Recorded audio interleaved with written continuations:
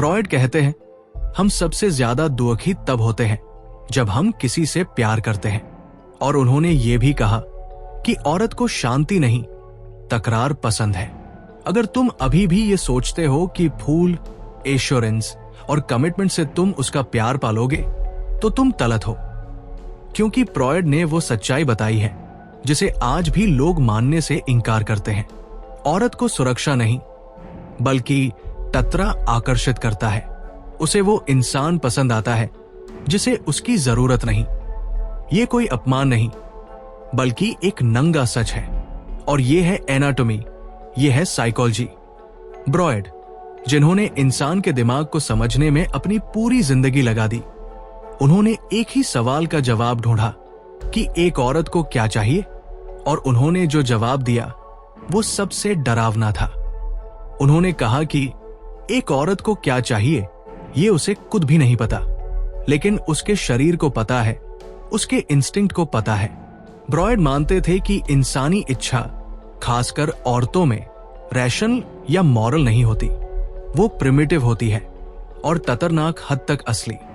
Freud ने यही पाया कि एक औरत जो कहती है कि उसे क्या चाहिए और जिस चीज की तरफ वो आकर्षित होती है, वो अलग अलग होती है। औरत कहती है उसे एक अच्छा इंसान चाहिए, लेकिन वो उस इंसान को टेक्स्ट करती है जो उसे इग्नोर करता है। वो कहती है उसे एक ऐसा इंसान चाहिए जो उसकी सुने, लेकिन उसकी दिलचस्पी उस इंसान में होती है जो उसे इनविजिबल छील कर आता है। वो कहती है उसे स्टेबिलिटी चाहिए, लेकिन उसका दिल उस इंसान के लिए तेजी से धड़कता है जो हर वक्त केस में रहता है। क्यों? क्योंकि फ्रॉयड समझ चुके थे कि औरत की इच्छा लॉजिक पर नहीं, कमी पर आधारित है। उस चीज को पाने की चाहत जो उसके पास नहीं, और वो इंसान जो उसे सब कुछ दे देता है खुलकर, बिना झिझक, वो प्रेडिक्टेबल हो जाता है, वो बोरिंग बन जाता है, और फिर वो डिस्पोजेबल हो जाता है। फ्रॉयड इसे रिपीटेशन कंपल्शन कहते थे, एक साइकोलॉजिकल फेनोमेनन जहां हम उस चीज की तरफ आकर्षित होते हैं जो हमें ठीक नहीं करती, बल्कि हमारे गहरे जख्मों को वापस खोल देती है। और औरतें जो एवोल्यूशनरी प्रेशर्स के कारण चयन और जीने के लिए बनी हैं, वो ऐसे लोगों की तरफ खींचती हैं जो इमोशनल कॉन्फ्लिक्ट एक्टिवेट करते हैं। तुम्हें सिखाया गया है कि अवेलेबल रहो, वल्नरेबल रहो, और ये सोचकर कि वह तुम्हारी ईमानदारी की रेस्पेक्ट करेगी, उसे सब कुछ बता दो।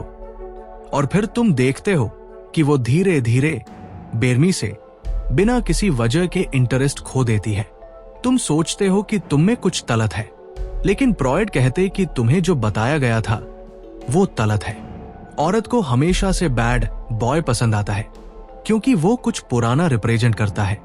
एक ऐसा इंसान जिसे टेम नहीं किया जा सकता, एक ऐसा इंसान जो भीख नहीं मांगता, एक ऐसा इंसान जिसकी आत्मा बिकाऊ नहीं है। तुमने अपनी जिंदगी में ये देखा होगा। तुमने उसे सब कुछ दिया और वो कापी नहीं था। तुमने उसके कॉल्स का जवाब दिया, तुमने उसे पिकअप किया, तुमने उसके लिए अपनी भावनाएं जताई, और फिर भी वो अलग हो गई, ठंडी, बोर, अनइम्प्रेस्ड, क्योंकि उसे तुम्हारी ओपननेस नहीं चाहिए थी, उसे तुम्हारा कोर चाहिए था। वो हिस्सा जो उसके इमोशनल स्टॉर्म से प्रभावित नहीं होता, वो हिस्सा जो उसकी साइलेंस से डरता नहीं, जो घबराता नहीं जब वो अलग होती है। वो तुम्हारी ताकत महसूस करना चाहती थी, प्रोटेक्शन के थ्रू नहीं, बल्कि इंडिफरेंस के थ्रू। फ्रॉयड ने लिखा एनाटॉमी इज डेस्टिनी, एक प्रेज जिसे तलत समझा गया है।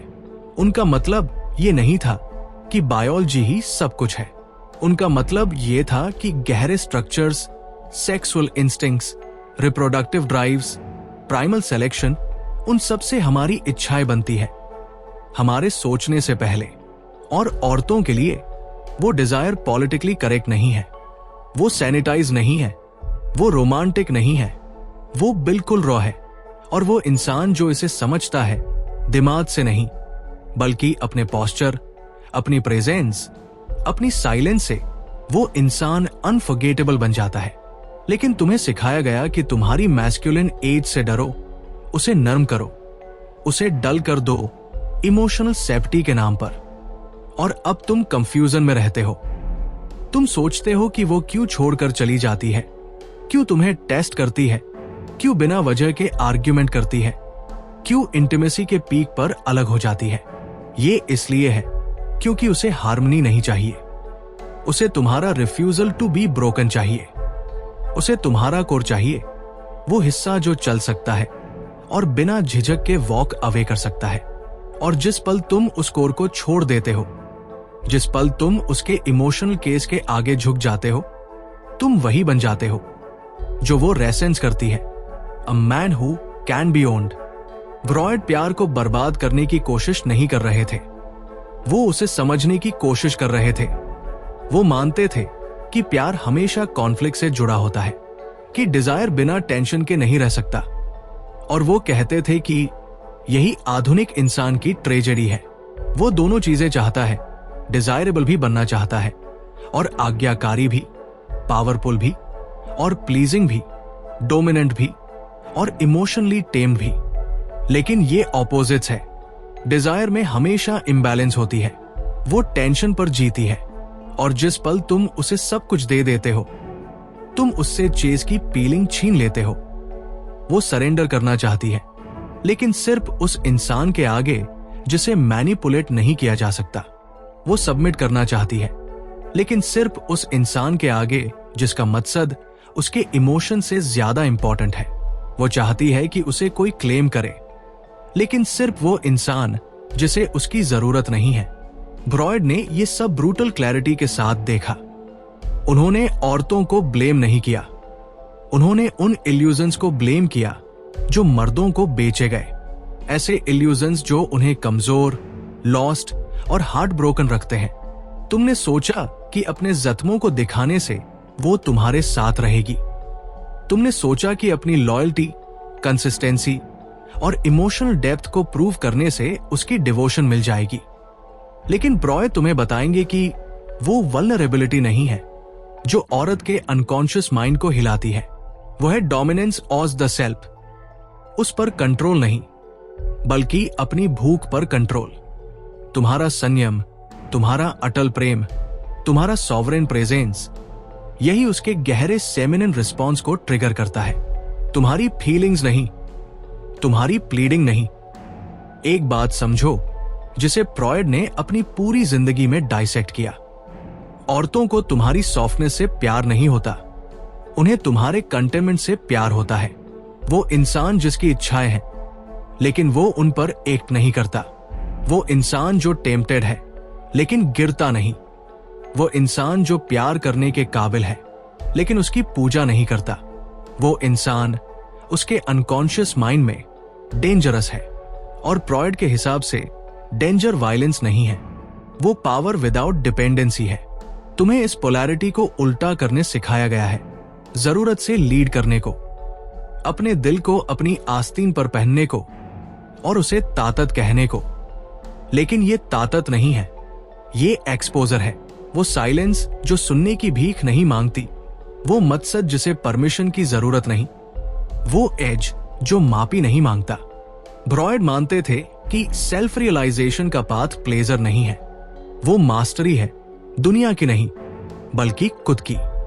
तो सॉल्यूशन ये नहीं है कि उसके गेम से नफरत करो, सॉल्यूशन ये है कि उन्हें खेलना बंद करो, अप्रूवल चेस करना बंद करो और एक ऐसी जिंदगी बनाना शुरू करो जिसे उसकी जरूरत नहीं। वो तुम्हारा प्राइज नहीं है, वो तुम्हारा मकसद नहीं है, वो तुम्हारी इंटरनल लीडरशिप का रिफ्लेक्शन है। अगर तुम खुद को लीड करोगे, वो फॉलो करेगी। अगर तुम उसके अराउंड घूमोगे, वो भाग जाएगी। ये इसलिए नहीं कि वो शैलो है, बल्कि इसलिए कि बायोलॉजी फैंटेसी के साथ नेगोशिएट नहीं करती। जो फ्रॉयड ने कहने की हिम्मत की, जो आज भी रिलेशनशिप्स को परेशान करता है, वो ये है कि प्यार काफी नहीं है अगर उसमें पावर नहीं है। Emotional power, sexual polarity, psychological strength नहीं है। यही है जो डिजायर क्रिएट करता है, यही है जो एक ऐसा बॉन्ड बनाता है जो रूटीन से तत्व नहीं होता। एक इंसान जो प्यार ढूंढने से पहले रेस्पेक्ट कमांड करता है, उसके पास दोनों होंगे। लेकिन वह इंसान जो प्यार ढूंढता है, ये उम्मीद करके कि इससे उसे रेस्पेक्ट मिलेगी।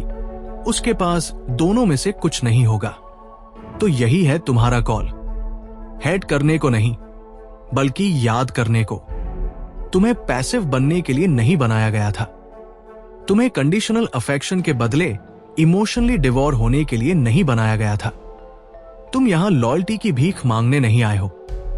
तुम यहां खुद को कुछ रेयर, कुछ ऐसा बनाने आए हो जो रिजेक्शन से अनमूव्ड हो, मैनिपुलेशन से अनटच्ड और किसी भी ऐसी चीज से अनरीचेबल हो जो तुम्हारे गहरे मकसद को सर्व नहीं करता।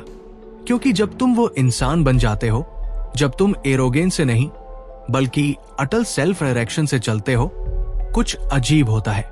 वही औरतें जो तुम्हें डिस्कार्ड कर चुकी थी वो दोबारा देखने लगती है। वही साइलेंस जो उन्हें पहले ऑफेंड करती थी अब उन्हें मैग्नेटाइज करती है, क्योंकि वो सेंस कर सकती है कि अब तुम्हें उनकी जरूरत नहीं है तुम्हें कंप्लीट करने के लिए। और यही पैराडॉक्सिकली वो पल है जब तुम सच में डिजायरेबल बन जाते हो। फ्रॉयड का ब्रूटल ट्रूथ ये नहीं था कि औरतें ब्रोकन हैं, बल्कि ये कि वो एक अलग फ्रीक्वेंसी पर ट्यून्ड है। एक ऐसी फ्रीक्वेंसी जो सॉवरेंटी को रिवॉर्ड करती है, सॉफ्टनेस को नहीं। एक ऐसी फ्रीक्वेंसी जो सरेंडर करना चाहती है, लेकिन सिर्फ उस चीज के आगे जो सरेंडर करने के लायक हो। और वो वर्थ इससे नहीं मापी जाती कि तुम कितना प्लीज करते हो, बल्कि इससे कि तुम कितना कम झिझकते हो। तो वैलिडेशन के लिए ब्लीड करना बंद करो, ट्रूथ में खड़ा होना शुरू करो। अपनी जिंदगी इतनी अच्छी तरह से बनाओ कि चाहे वह रहे या जाए, तुम्हारा मकसद